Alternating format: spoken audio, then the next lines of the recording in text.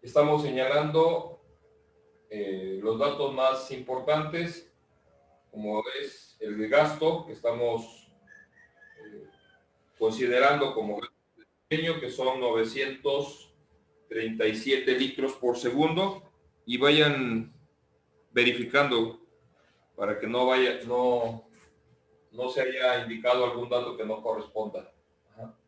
Con este gasto señalamos que el material iba a ser asbesto cemento, el que íbamos a considerar para la conducción, y teníamos información correspondiente a las elevaciones tanto de entrada como de salida, la longitud de desarrollo con 1760 metros, y con estas elevaciones y las alturas de los tanques determinamos tanto la elevación de losa del tanque de llegada con un dato de 1477.546.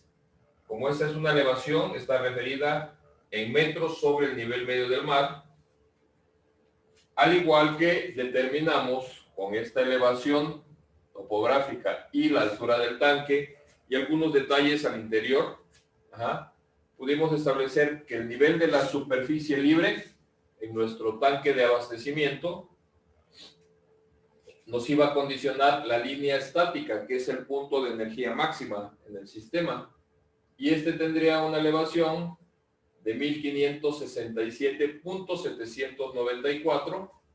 De igual forma, estos son metros sobre el nivel medio del mar, y a partir de estas dos elevaciones calculamos nuestras pérdidas teóricas con un dato de 90.248 metros.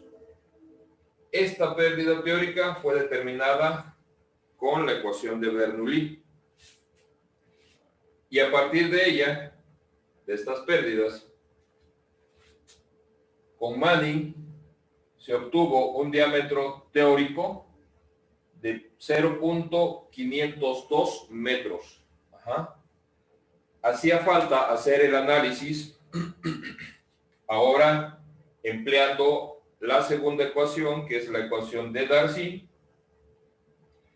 y en este momento ya está aquí desglosado el procedimiento, dejando al valor de F para determinar, de acuerdo con el criterio, que decíamos F se encuentra en el rango de 0.01 y 0.02, queda puesto como un valor para considerar en propuesta, y el desarrollo, como ustedes lo ven acá, nos lleva a que el diámetro teórico definido con la ecuación de Darcy tendría que ser determinado como 16 veces el valor del coeficiente de fricción que establezcamos, multiplicado por la longitud que conocemos, 1760 metros, gasto, que también conocemos, que aquí está expresado en litros por segundo, tendría que considerarse como 0.937 metros cúbicos por segundo, esto al cuadrado, y vaya por favor cargando de una vez la fórmula con su dato, esto dividido entre 2 veces el valor de la gravedad por pi al cuadrado, multiplicado por las pérdidas que en este momento son las pérdidas teóricas, que tienen un valor de 90.248, y todo esto elevado a la 1/5, con exponente a la 1/5 o raíz quinta, ya que de la simplificación de términos el diámetro nos había quedado elevado a la 5, y para quitarle el exponente pues fue la simplificación que se establece, ¿no? Se le saca su inverso. ¿Tienen ya esta expresión con los datos? Si me apoyan, por favor, con el cálculo, ¿cuánto nos arroja? Profesor, disculpe, la L, ¿qué valor dijo que sería? La longitud Ajá. Y el encadenamiento total, que son 1760. Ah, ok, gracias. Sí. Si hay algún dato que les haga falta, ustedes coméntenlo, por favor. Me salió punto 432. Resultado, diámetro teórico, con Darcy, punto 400, ¿qué pegó? 32. 432. Ajá, y estamos hablando que se tendría que estar dado en metros. Nada más una pregunta, este coeficiente F, que dijimos estaba en el rango de 0.01 y 0.02.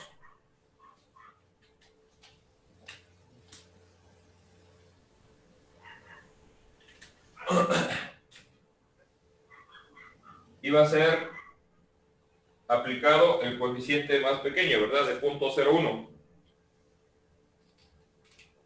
¿Con este dato es que nos arrojó este valor? Sí, le puse .01. Ok, gracias. Entonces, tenemos ya nuestros dos diámetros y por favor, bueno, corrobórenme el dato que sea correcto, si coinciden, ¿es correcto ese valor? Bueno, continuamos entonces. El resultado que estamos obteniendo con la ecuación de Darcy nos arroja un valor de 0.4267 metros como valor del diámetro teórico, ¿sí? Que difiere con respecto al de Manning, que se encuentra por arriba, ¿sí? Vamos a considerar que en ese aspecto, ahorita el procedimiento que vamos a plantear será por la simplicidad de cálculo, ¿sí? Sustentado con Manning, pero ustedes deberán de hacer el análisis con los dos criterios. Cualquier duda que surja sobre el desarrollo lo podremos compartir a través del grupo que tenemos de la asignatura, ¿no? Bien.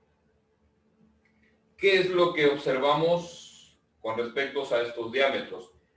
En el planteamiento estamos tomando como referencia que esta sería la condición generada para asegurar una pérdida que es la que determinamos como máxima entre el nivel de losa y la línea estática. Esto implicaría que si el diámetro fuera único, la pendiente de esta línea piezométrica, tomando como referencia el dato que obtuvimos con Manning, fue obtenida para un diámetro de 0.502 de metro, como diámetro teórico. Esta pendiente me la genera un diámetro de 0.502 metros con un material que fuera asbesto cemento. El punto está aquí en verificar o ratificar el comportamiento de estas pérdidas, pero trabajando ya con la información que nos proporcionan los fabricantes de tuberías, ¿sí? En ese sentido, revisaríamos entonces con respecto a nuestro diámetro teórico. Vamos a considerar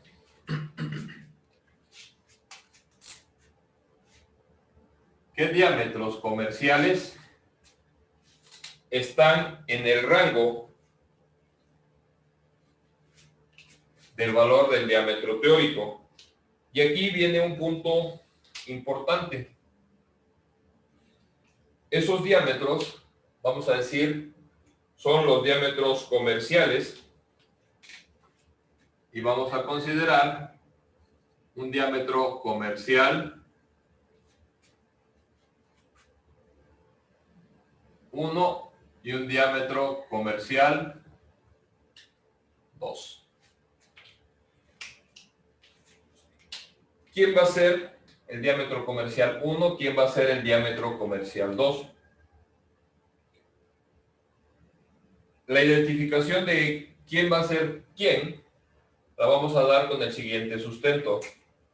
Imaginemos que nosotros en una situación de necesidad, ¿sí?, tendríamos que revisar sobre estos diámetros posiblemente la combinación de ellos. Por eso se llama el tema tuberías en serie.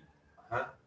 Esa combinación de diámetros, veámosla, que yo tomo como referencia que mi diámetro comercial 1 tiene esta sección, y voy a pasar a una situación en donde el diámetro comercial 2 es de mayor magnitud, ¿sí? Son estos entonces los tubos que voy a poder combinar, ¿sí? Y vamos a revisar qué ocurriría si yo hago una combinación de menor a mayor, y caso contrario, cuáles serían los efectos si en lugar de hacer una combinación de menor a mayor, la hago en sentido inverso.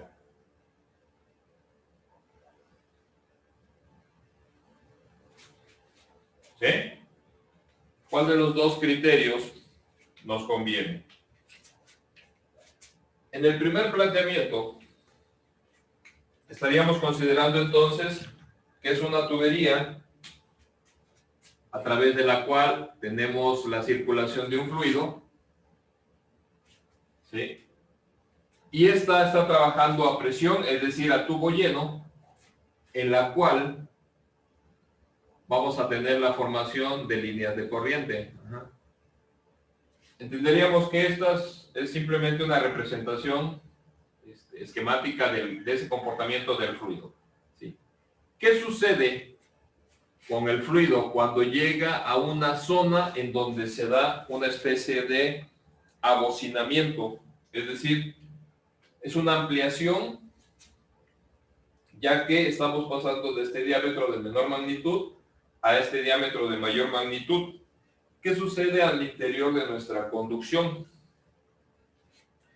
El punto sería en semejanza con, en algún momento, lo pongo como un escenario en el que tal vez muchos hemos estado en interacción, han visto el comportamiento de una manguera de jardín en donde no se tiene conectado ningún dispositivo a la salida del chorro. Esa manguera, cuando tiene cierta presión,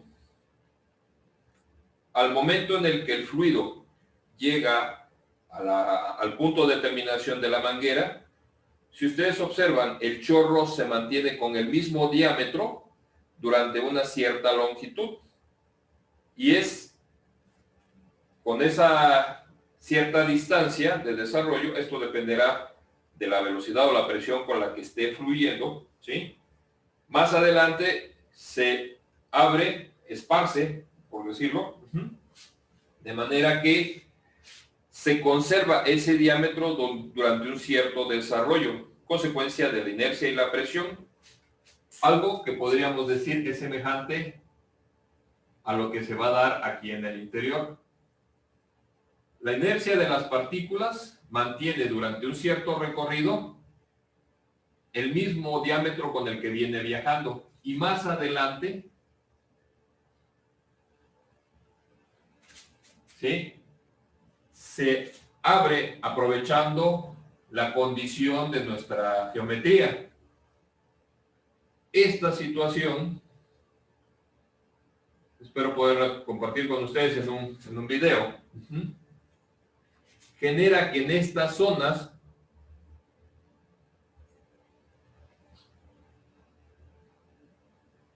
consecuencia del comportamiento que tenemos del tubo, ¿sí?, en estas zonas es una zona de baja presión.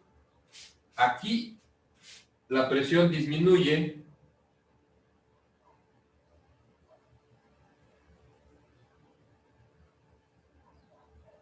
ligeramente, pero es lo suficiente para que se genere una zona de vorticidad, es una zona turbulenta en donde la mezcla que lleva el fluido, que decíamos no viaja solo, sino que viaja en combinación con ciertas partículas de aire, esto permite que en esta zona se libere una cierta cantidad de aire.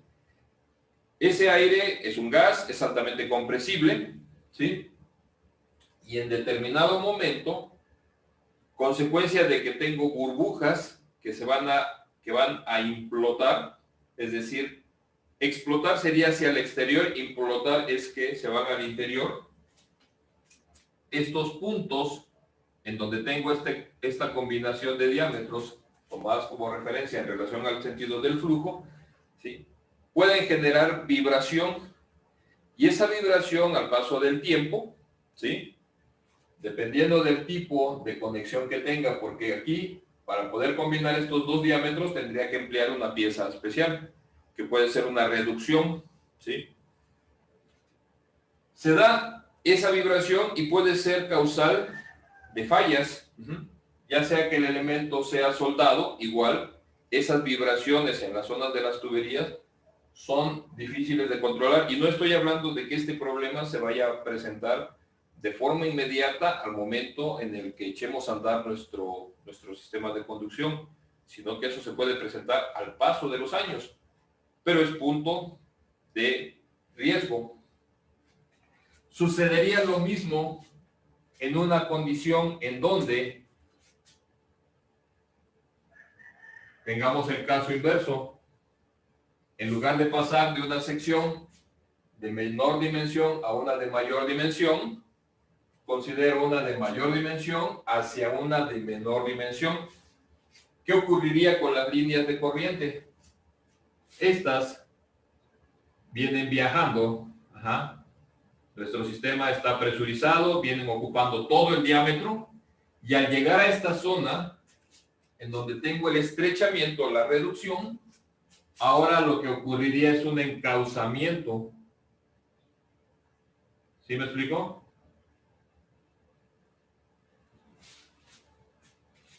Pasar de una sección de mayor dimensión a una de menor dimensión, en lugar de que se dé esta condición de abocinamiento, ¿sí?, lo que va a ocurrir es que ahora las líneas de corriente se encauzan a una menor condición, donde no se permite precisamente que el fluido presente estas zonas de oportunidad para separar líquido y gas, o líquido y aire, ¿sí? Esta condición es la que vamos a tratar de conservar, de mantener como parte de un diseño para evitar zonas de riesgo, ¿sí? De esta forma, nuestra condición para efectos de diseño será considerar que el diámetro comercial de inicio, bueno, vamos a plantearlo acá, nuestro diámetro basados en lo que hemos explicado en este momento, es la condición que deberemos evitar si estamos diseñando, ¿sí? Esta deberá de ser entonces la condición bajo la cual nosotros trabajemos. Diámetro comercial, vamos a decir 1, diámetro comercial 2. Esto nos llevaría entonces a que la condición de planteamiento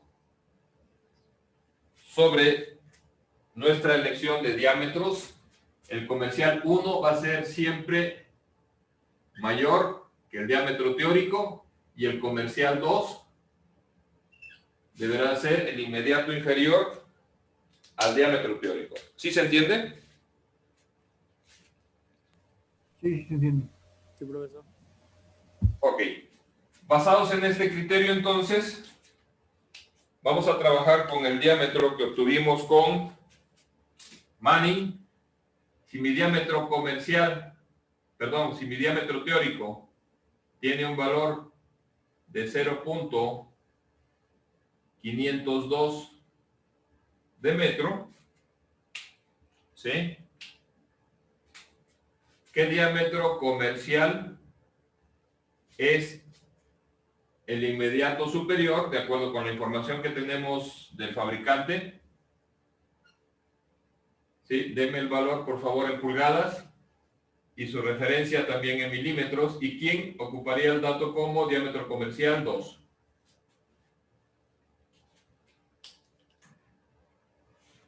Revisen su información del fabricante. El diámetro 2 sería el de 20 pulgadas, o sea, el de 500. Diámetro comercial 2, 20 pulgadas, Y el otro sería 24 pulgadas. 500 milímetros. Ajá. Y el diámetro comercial 1 sería 24 pulgadas con diámetro interior en milímetros. De 600. 600 milímetros, ¿verdad? Esta información, tomando como referencia que el fabricante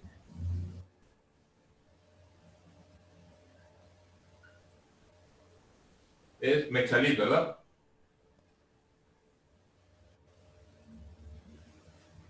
Que son tuberías de asbesto cemento. ¿Sí es correcto? Bien. Decía yo entonces que por cuestiones de simplificación de cálculo, para que nos dé el tiempo, vamos a revisar cuál de los dos diámetros entonces sería el que a nosotros nos conviene. Este diámetro, que se encuentra inmediatamente superior, observamos que pues ya es de 24 pulgadas, yo estoy más próximo al de 20 pulgadas, ¿sí? Este por economía me resulta conveniente y prácticamente estoy en la frontera, ¿sí? Vamos a elegir como diámetro ideal, ya comercial, el de 20 pulgadas. La diferencia es mínima y ratificaríamos entonces nada más la condición del análisis de nuestras pérdidas. Pérdidas que corresponderían entonces a, de acuerdo con la ecuación de Manning, HF para una tubería de 20 pulgadas. ¿Cuál sería el planteamiento? Con los datos que tenemos ya. Acuérdense, la ecuación es 10.293 del valor de nuestra N. N para el asbesto cemento, ¿cuánto estamos usando? 0.12. 0.012. Este al cuadrado dividido por el diámetro, de acuerdo con la información, 0.5, esta tendría que estar expresada en metros, y este diámetro elevada a la 16 tercios. Y vayan cargando los datos, por favor. Multiplicado por la longitud, 1760 metros, ¿sí? Y eso a su vez multiplicado por el gasto, que tendrá que estar expresado en metros cúbicos por segundo, que serían 0.937 metros cúbicos sobre segundo, con este dato elevado al cuadrado. No se olviden. Valor de las HF. Este ya no sería teórica, esta ya es real, porque el diámetro existe y con este pretenderíamos hacer nuestra conducción. ¿Qué valor nos arroja?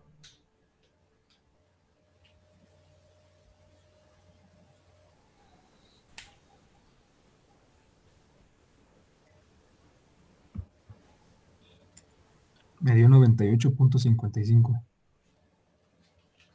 Valor de la pérdida, 98.55 metros. ¿Ok? Bien. Hemos calculado ya entonces la pérdida real. ¿Qué es lo que habría que considerar a continuación? Vamos a revisar ese comportamiento en el esquema. ¿Qué observan?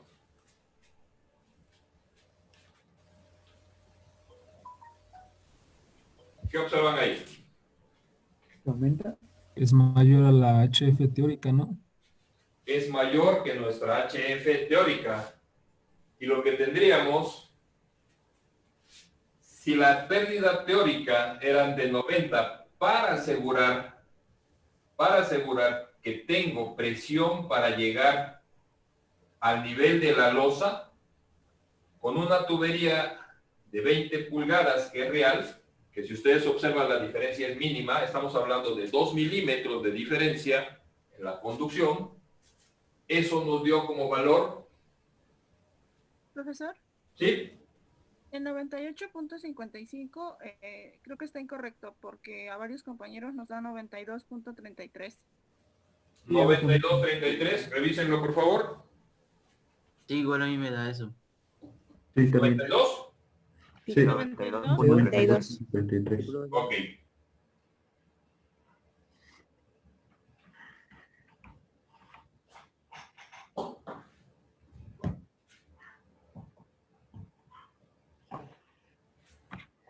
$92.33.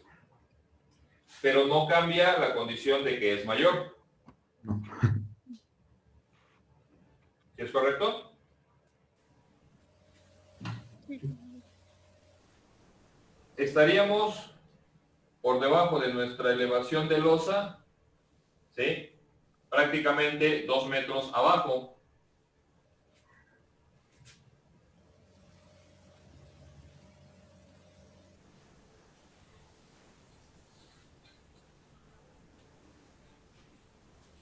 Esta, si mi tubería fuera única,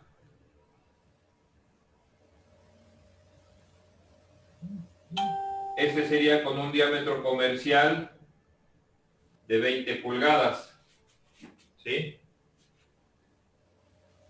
¿Qué observan con respecto a la línea de energía?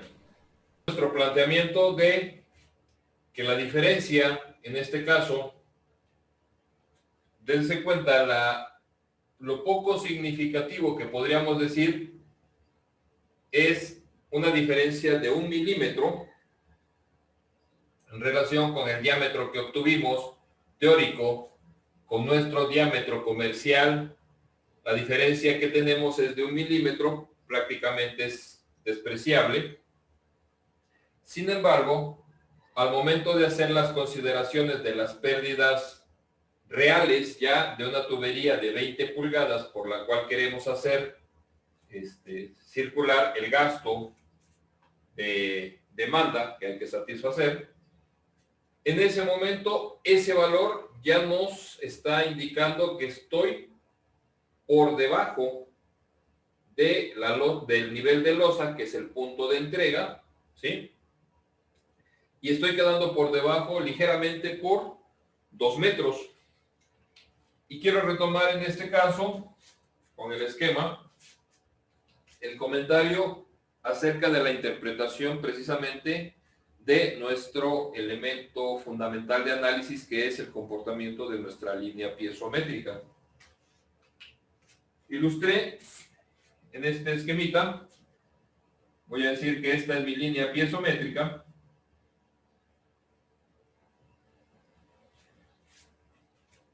Y en este caso, hago la configuración de un terreno, X cualquiera, en el cual el terreno presenta un punto alto y la tubería pues viene siguiendo esta configuración del terreno. Tratamos de seguirlo lo más posible, ¿sí? Está alojada obviamente en una zanja, que quiere decir que va excavada. Y en algún punto, la línea piezométrica, ¿sí?, se localiza no necesariamente debajo del terreno, porque a veces puedo estar rozando el terreno, pero no llego a interactuar con el eje de la tubería. Son trazos imaginarios. pero es la interpretación que tendríamos que darle. Del eje de la tubería hemos marcado hasta la línea piezométrica. Nosotros tenemos en esta zona, a partir del eje hasta el punto de la línea piezométrica, lo que definimos como la carga de presión. ¿Sí?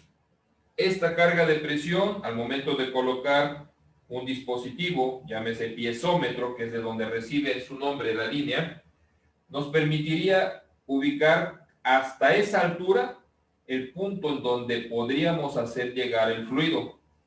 Por eso es considerada como la línea de la disponibilidad de energía. ¿Sí? Este es el comportamiento que tendríamos y me indica que tengo al interior de mi tubería una condición en la cual mi tubo está trabajando totalmente lleno, a presión. ¿Ok? Pero ¿qué ocurre cuando la línea piezométrica ya no se localiza por arriba, sino, como en este caso, ya no se localiza, ya no tengo la energía para cubrir la zona en donde estoy cortando el terreno, ¿sí? Aquí tendría yo que tomar como referencia el eje, pongo el punto extremo, del eje y estaría yo ubicado por debajo, ¿sí? Mi línea piezométrica se localiza por debajo del eje de la tubería. ¿Qué está ocurriendo en esa zona? Tengo esta condición, ¿sí? Igual en este punto que en este punto. Decíamos, cuando el agua o el fluido viaja a través de una conducción, hago un esquema más grande. Esta es la tubería. Cuando la tubería está nueva y la echamos a andar, nuestro sistema de conducción lo iniciamos. Pensemos en que la tubería está vacía, el fluido empieza a viajar y empieza a llenar la tubería de esta forma, ¿sí? Porque al ser un líquido siempre va a formar una superficie libre, ¿sí? No empieza a llenar perpendicular, ¿sí estamos de acuerdo? Entonces, el agua o el fluido va viajando hasta que encuentra un punto alto y una vez que encuentra esta cresta, ahora empieza a escurrir y empezará a llenar en una zona con esta condición. ¿Qué observan en ese momento? Al llegar a este punto en la zona baja, en este espacio, yo voy a dejar atrapada una porción de aire, que en ese sentido, esa burbuja no me va a permitir trabajar con la sección a tubo lleno. Nosotros hicimos la demostración de nuestra ecuación de Manning, tomando en consideración que el área con la que íbamos a trabajar, que era el área hidráulica, era a tubo lleno. Si se presenta esta condición, ¿qué es lo que estaría ocurriendo en mi funcionamiento hidráulico? Estoy garantizando que acá va a circular el gasto que nos pidieron para nuestra conducción. Podríamos asegurar que ya estoy haciendo que a través de esta sección circule la misma cantidad de fluido. No. Eso no lo vamos a tener. Son puntos en donde la energía ya no tiene la suficiente capacidad para poder llenar el tubo. Y estos puntos, precisamente, son los que en los abastecimientos de agua, ya sea en una línea de conducción, ya sea en una red, ¿sí? Generan que las condiciones hidráulicas de análisis o las ecuaciones en las que están sustentadas estos cálculos no se cumplan, ¿sí? Por consecuencia, en esta zona, a partir de esta zona en adelante, yo ya no podría garantizar o asegurar que el gasto que estamos planteando acá en esta ecuación esté circulando, porque no tengo presión suficiente para mantener un tubo lleno. ¿Qué ocurriría en esta zona? Mi línea piezométrica está cortando mi tubo, ¿sí? Tengo presión suficiente para hacer llegar la cantidad de fluido que me están pidiendo. No. No, se tiene que hacer una reducción de tubo para que la presión aumente y ahora sí llegue. Habría que ver la conclusión. En este momento, el análisis o el planteamiento que estamos haciendo va en reflexión a este tipo de condición.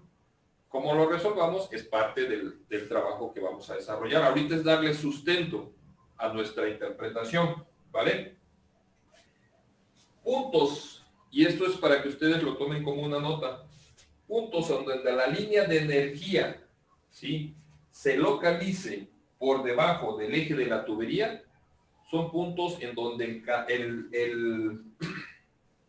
la tubería, el flujo, no se va a dar a presión, sino que va a trabajar como un canal. Este me permite mantener el flujo, la cantidad de fluido, pero no en la cantidad que yo requiero. ¿Sí me explico? Sucede, este es el escenario que se presenta en las comunidades, en las localidades, en las colonias, en el momento en el que se abre una llave y en lugar de que salga un chorro, ¿sí?, suficiente de fluido, abren y salen unos chorritos ligeros. Ajá. Esa es la consecuencia de las caídas de presión, de la baja presión. ¿Me explico? Y es problema de un mal diseño hidráulico. Eso es lo que quiero que quede claro. La responsabilidad, si no elijo el diámetro adecuado, aquí yo puedo decir por economía, que es muchas veces el criterio que prevalece, por economía, no metas una tubería de 24, mete una tubería de 20, ¿sí? Pero esa tubería de 20 me genera un factor de economía adecuado, pero en una operación hidráulica va a generar mucha pérdida. Es más económica porque es más estrecha, pero el fluido al viajar en su interior va a disipar más energía. Y ese es el punto en el que muchas veces nos perdemos. ¿Qué sucedería en el caso de que yo eligiera una tubería de 24? Veamos ahora ese cálculo. ¿Queda claro este planteamiento? Sí, profe. Sí, profe. Revisemos el otro análisis, por favor. Hacemos el cálculo entonces con la tubería de 24 pulgadas, que esta ya cambia significativamente.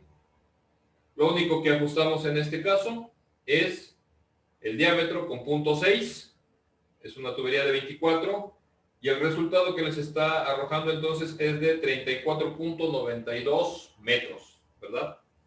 Regresemos a la parte del esquema. Perdón. Ahora, ¿qué sucedería con nuestro esquema?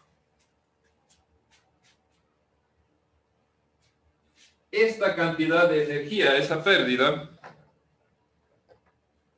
identifiquemos aquí, ¿sí?, nos está arrojando una pérdida con la tubería de 24 que tiene un valor de 34.92 metros, ¿ok? Denme por favor, en este punto, ¿cuál sería el punto de energía? Que eso me lo da la línea piezométrica. Punto de energía a la llegada del tanque. ¿Qué tendríamos que hacer? necesito la elevación de la línea piezométrica a la llegada del tanque, es decir, a la altura del donde tengo localizado el tanque.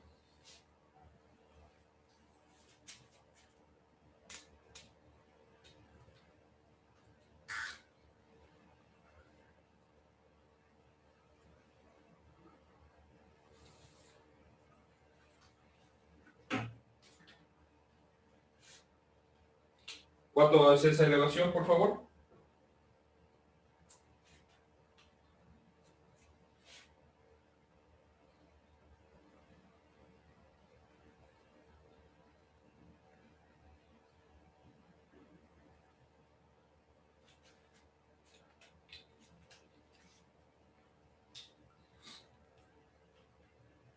¿Qué operación es la que tenemos que hacer?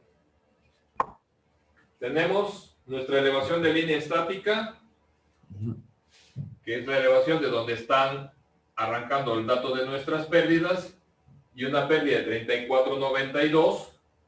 ¿Sí? La diferencia entre esta elevación menos esta pérdida nos daría el punto de energía. 1532.874. 1532.800 ¿qué? 34. 34. 74. 74. Sí. 74. Ok, gracias.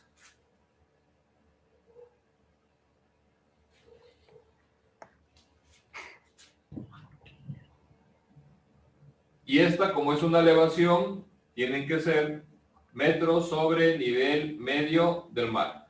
¿Sí? Ok.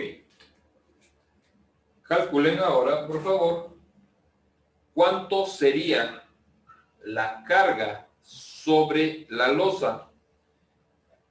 Recuerden, decíamos altura, carga o energía son sinónimos, representan lo mismo. Ajá. Quiero identificar en este momento cuánto es la energía que nosotros estamos dejando al momento de llegar a nuestra losa. ¿Sí? Esa carga sobre losa o esa energía disponible sobre la losa, ¿de cuánto sería?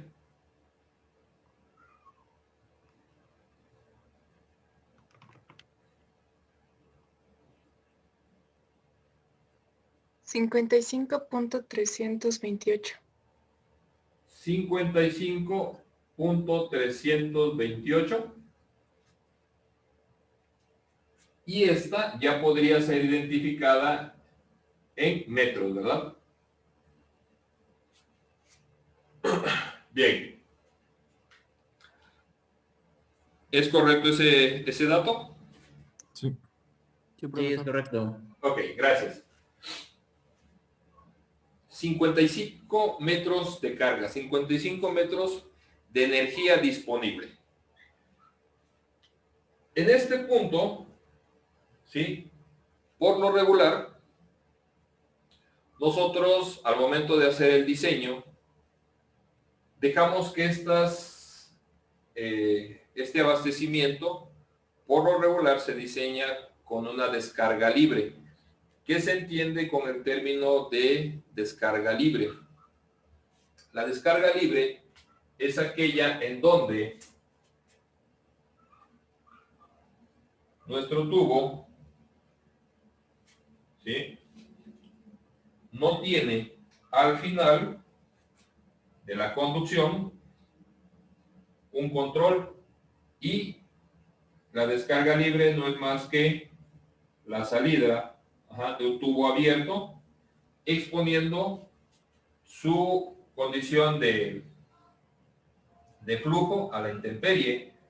¿Qué es lo que tendríamos que considerar en este punto? Pues que aquí, una vez llegando al final de la conducción, ya sea en un punto como este o en una descarga, por la forma se le llama garza, es nada más en referencia a la semejanza que tiene con el cuello de una garza, ¿sí? Pero al llegar a este punto, lo que voy a considerar es que la presión que tengo que analizar acá es la presión atmosférica. ¿Sí?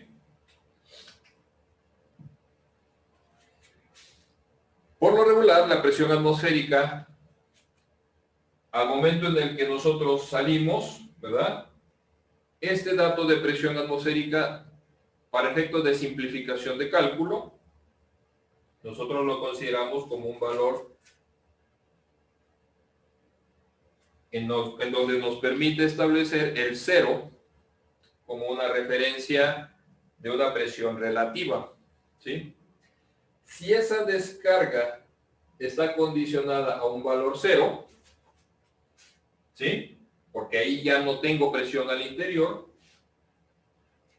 en el funcionamiento real de mi línea, ¿sí? Eso implicaría que cuando yo eche a andar la tubería,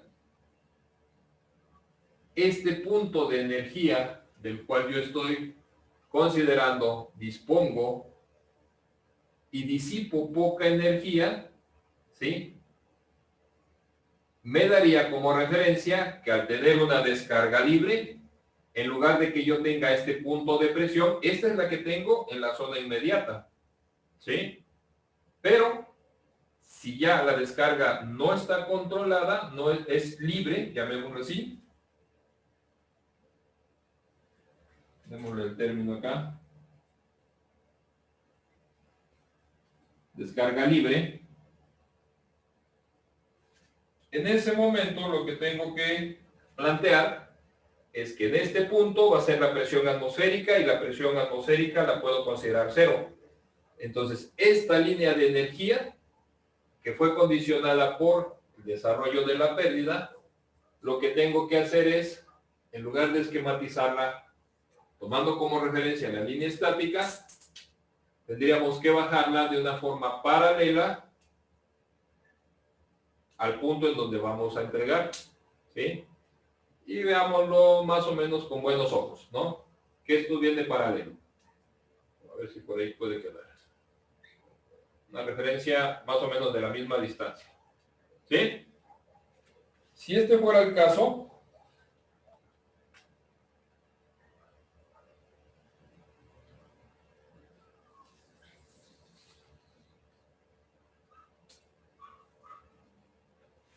tengo más o menos la referencia paralela de la de 24, ¿sí es correcto?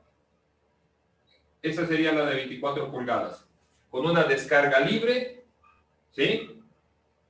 En el punto de entrega. ¿Qué observan ahí?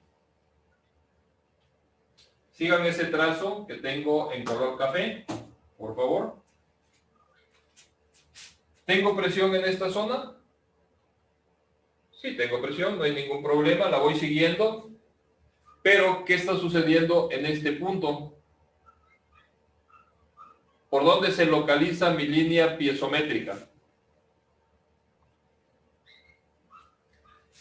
En esta zona ya estoy por debajo.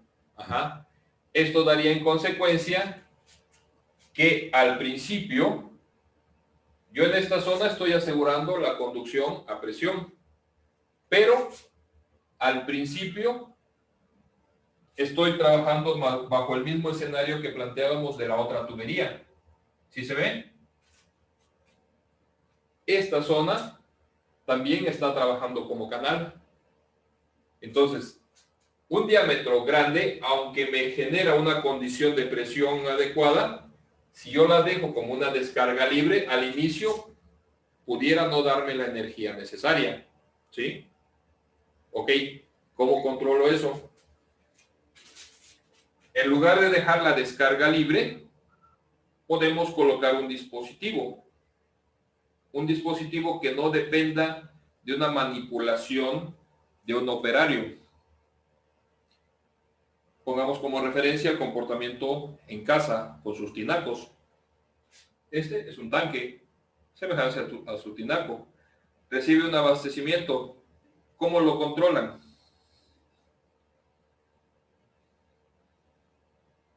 ¿Cuál es el control que tenemos en la salida del tinaco? ¿Un flotador? Es una válvula de flotador. No es el flotador en sí, ¿no? El flotador es la forma como activamos o desactivamos la válvula. Es decir, es una válvula que se opera con un flotador. Si yo considerara que en este punto voy a colocar, y lo hago así esquemático, ¿no? Para exagerar y se pueda apreciar. Voy a controlar con un flotador el nivel de la superficie. El flotador se activa simplemente con el volumen de la esfera y el efecto vertical ascendente de acuerdo con el principio de Arquímedes. ¿Es correcto? Esa fuerza estaría limitada a la fuerza de empuje que nos genere sobre esa esfera el fluido, el cual no está totalmente sumergido. Bueno, el punto va a lo siguiente. Ya vi que la descarga libre me genera condición de trabajar como canal al principio, de acuerdo con el esquema que tengo, que es por lo regular lo que sucede, ¿no? Pero si coloco un dispositivo, este dispositivo se va a poder activar, porque trabaja solamente por empuje, de acuerdo con las dimensiones, se va a poder activar solamente con esa fuerza que me genere el fluido. ¿Qué sucede si yo dejo demasiada energía en el punto de entrega? ¿Han observado qué sucede en casa cuando llega con demasiada presión? En el mejor de los escenarios de que la zona tenga condiciones adecuadas de presión, no digo Ciudad Neza, ahí siempre hace falta agua, ¿por qué? Por la baja presión que hay. Pero cuando la presión es ideal, ¿qué sucede cuando yo dejo demasiada energía? ¿Se va a poder activar este dispositivo? ¿Va a poder cerrar? ¿Tendríamos esa condición? Le va a costar, ¿no? A ver, escuché el término ¿se va a cortar? No, que le va a costar. Ah, ¿el video? Perdón, no me asocié, son 8 minutos, ¿verdad? Cuando dejo mucha energía, aunque el flotador sea empujado, es tanta la presión con la que yo estoy llegando, ¿sí? Que el flotador no tiene capacidad para cerrar. ¿Me explico? Demasiada energía causa que el tanque, si en determinado momento yo estoy llenando, ¿sí? Y tengo un consumo continuo, si deja de haber ese consumo continuo, entonces el tanque empieza a almacenar. Es parte del propósito, ¿sí?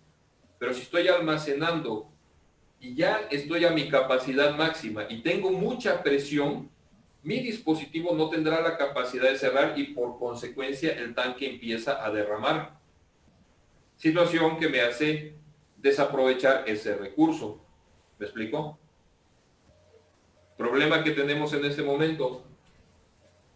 Una tubería de 20 pulgadas genera condiciones de baja presión, de manera que mi escenario es que no trabajo a tubo lleno, por consecuencia no garantizo la entrega del gasto necesario. Cambio una opción que favorezca el comportamiento hidráulico, aunque resulte más cara, una tubería de diámetro mayor. Si la descarga es libre, esta puede dejar la condición de trabajo como canal al inicio, situación que nos lleva a la misma problemática, ¿sí?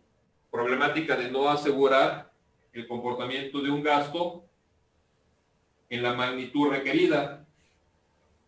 Si lo controlo para evitar que eso no suceda con una tubería que estaría, en este caso, con un flotador, le meto una válvula que se va a activar con un flotador. Este flotador se activa con la simple fuerza vertical que genera el fluido, ¿sí? pero si la presión es muy grande, el flotador no tendrá capacidad de cerrar la válvula y en consecuencia, esta va a seguir mandando fluido y en este momento el tanque puede empezar a derramar, situación que tampoco es conveniente. ¿En qué escenario estamos? Que una sola tubería, para las condiciones que estamos planteando, no es opción de diseño. Por consecuencia, ¿qué es lo que tengo que hacer? El planteamiento que tenemos acá, y borro ese trazo que fue ejemplificativo para nuestras condiciones de análisis, quito este.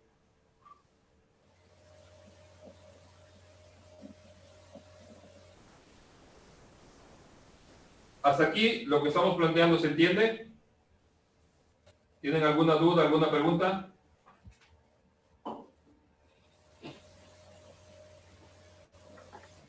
Asumo que no, ¿verdad? No, profe, todo está claro. Lo que vamos a necesitar hacer, y chequen el tiempo por favor para que no se nos vaya. Lo que vamos a necesitar hacer es una combinación de diámetros. Por eso el tema está referido como sistemas en serie. ¿Sí? Y por eso explicaba yo esta situación de la necesidad de la combinación de diámetros. No sé si ahora toma sentido lo que estábamos planteando. Voy a evitar, al momento de existir la necesidad de combinar diámetros, pasar de secciones menores a secciones mayores, por lo que ya sustentábamos en este planteamiento. Mi condición a trabajar es esta: pasar de secciones de mayor dimensión a secciones de menor dimensión para lograr un encauzamiento de las líneas de corriente. ¿Sí? Si es esto lo que voy a buscar para poder controlar la energía, la disponibilidad de energía y los rangos de presión, implicaría que nosotros iniciemos con una tubería de 24 pulgadas. Si yo continúo hasta el último punto, hasta el cadenamiento total, dejaré demasiada energía. ¿Sí? Esta línea está disipando mucha energía. Pero, si yo considero que esta, que es su pendiente, en lugar de que la tome yo a partir de este punto, la condiciono al punto de llegada,